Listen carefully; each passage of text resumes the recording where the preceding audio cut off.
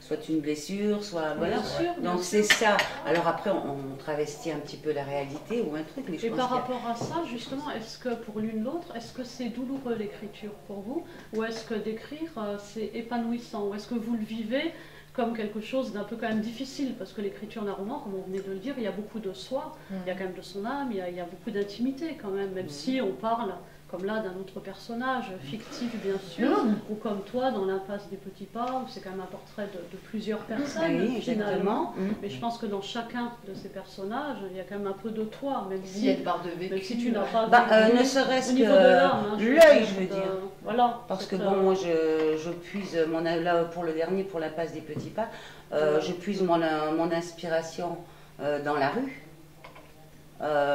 avec ce que j'entends. Parce que bon, je ne suis pas le genre d'auteur à rester dans ma bulle, et puis je n'ai peut-être pas un imaginaire non plus suffisant. Mais donc je reçois tout ça, donc je le retranscris sous un livre, mais à quelque part, évidemment, je suis plus facilement du côté du malheureux. C'est parce que moi, au fond, je suis comme ça. Parce que l'impasse des petits pas, bah écoute, je te propose de lire, tiens. Voilà. Ah, Juste ça, voilà. Parle-nous en fait de ces portraits. Je le lis. Allez, hop, ça sera intéressant. Alors, ben voilà, ça n'arrive pas qu'aux autres, et si c'était moi ou toi. Avec un style concis, l'épreuve des petits pas porte un regard criant de vérité sur les maux de la société d'aujourd'hui. À travers 8 portraits de gens ordinaires, l'impasse des petits pas ouvre une fenêtre sur le pas qui fait de l'étudiante brillante une chômeuse, d'une adolescente gâtée une jeune mère à la rue, d'une femme soumise une veuve revancharde. L'impasse des petits pas pose également un œil vif, mais pas désespéré, sur la violence, le handicap et la solitude. Donc c'est vraiment un livre qui est en plein dans l'actualité. Et je pense que j'aurais pu l'écrire il y a 20 ans. Les problèmes ne sont pas résolus aujourd'hui. Mais dans chaque galerie finalement de personnages, je pense qu'on va quand même retrouver ta sensibilité. Ah ben oui.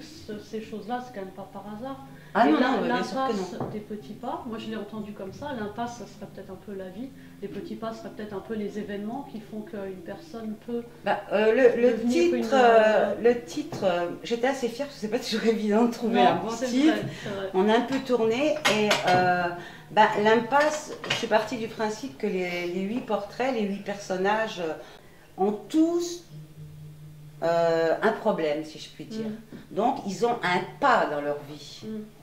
Et quand on a un pas dans une vie, bien souvent on se retrouve dans une impasse. Si vous n'avez pas la santé, vous êtes dans une impasse. Si vous n'avez pas de travail, voilà. Donc l'impasse des petits pas, point commun, voilà. Et j'ai mis petit parce que les portraits sont sous forme de nouvelles, et on le sait, la nouvelle, bien souvent, la chute est inattendue. Et comme je dis, le livre n'est pas désespéré, mais voilà.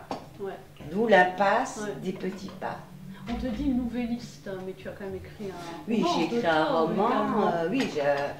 Tu préfères les nouvelles, ou ça a été un hasard d'écriture? On peut le montrer en roman de Tom. Là, c'est Appelez-moi Jimmy. Tome 1, c'est L'enfant des solitudes, et tome 2, c'est La vie sur un fil. Ça tourne quand même toujours autour un petit peu de la misère sociale, vos romans? La misère sociale, je ne dirais pas ça. Par exemple, l'impasse, le premier c'est l'enfant, parce que là on est revenu un petit peu là. Oui. L'enfant des solitudes, donc c'est le tome 1. Là ça se passe dans les années 50. Oui, la misère, non, c'est le parcours d'un petit garçon de 5 ans qui habite dans une HLM. Et qui va aller en vacances chez sa grand-mère qui habite à la campagne. Et le gamin va être constamment trimballé entre les deux familles. Et à travers ça, j'ai tenté. Apparemment, ça a bien marché parce que le livre a eu un beau succès. J'ai voulu donner la parole à un enfant de 5 ans dans les années 50. C'était mon objectif, parce que actuellement on écoute beaucoup les enfants, trop ou pas assez, bon c'est pas à moi de le dire, on voit très bien que des fois, trop les écouter, où ça nous amène. Donc là, j'ai donné la parole à l'enfant pour qu'il dise, bah, écoutez, moi je suis née dans les années 50, j'ai vécu ça, ça, ça. À l'époque, on ne parlait pas des psys, on ne parlait pas de tout ça. J'avais mes blessures, j'avais mes bleus au cœur. Et puis finalement, non, à l'époque, enfin je ne veux pas généraliser non plus, mais les parents soignaient une blessure, on tombait, bon, on avait le petit truc, et puis ma grand-mère disait, viens, tu t'es fait mal, ben, elle faisait ça, elle disait, oh, ben, je te mets de la salive, c'est le baume du cœur, et puis voilà. Donc voilà, et ce roman m'a permis aussi de retracer toute la vie à la campagne, puisque Jimmy va passer beaucoup de temps à la campagne, dans les années 50, et comme je suis née, tout à l'heure vous demandiez si on s'inspirait de notre propre expérience. C'est là où vous allez en venir, là, voilà, vous en parlez, quelque part, il y a encore une bien fois évidemment, une j'ai vécu 12 ans à la campagne, et tous mes souvenirs, c'était peut-être aussi une façon de les mettre. Exactement. Après, ce livre, au début, il était juste écrit pour mon entourage et ma descendante. Ça s'est fait de bouche à oreille, ça s'est fait, il a été édité, puis il a rencontré un très beau succès parce que les gens, je sais pas, il y a une petite nostalgie sur les années 50. Justement, d'où vous est venue l'écriture, tout simplement? Alors là, l'écriture, je pense pouvoir dire que mon premier poème, alors ça commence aussi encore un peu bizarrement, j'ai toujours aimé le français, j'ai toujours aimé l'orthographe à l'école et tout ça, et j'ai eu le malheur de perdre, et c'est, quand j'y repense, bon, de perdre un de mes amis, j'avais 17 ans, il s'est tué avec une moto, pas très loin, nous habitions dans le même quartier. Et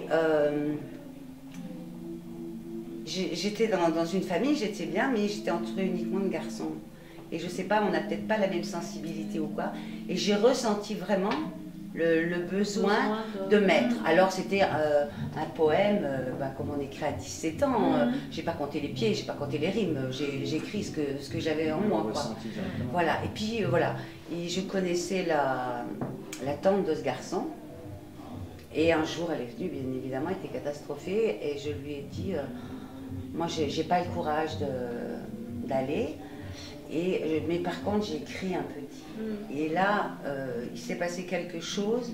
Cette dame a été le donner à sa belle-sœur, donc à la maman du jeune homme. Bon, évidemment, pas sur le moment, mais elle a dit, tu diras combien ce petit poème me fait du bien. Ah ouais. Donc ça m'a, je pense... ça a été un peu le déclic. Voilà, ça a été mon déclic.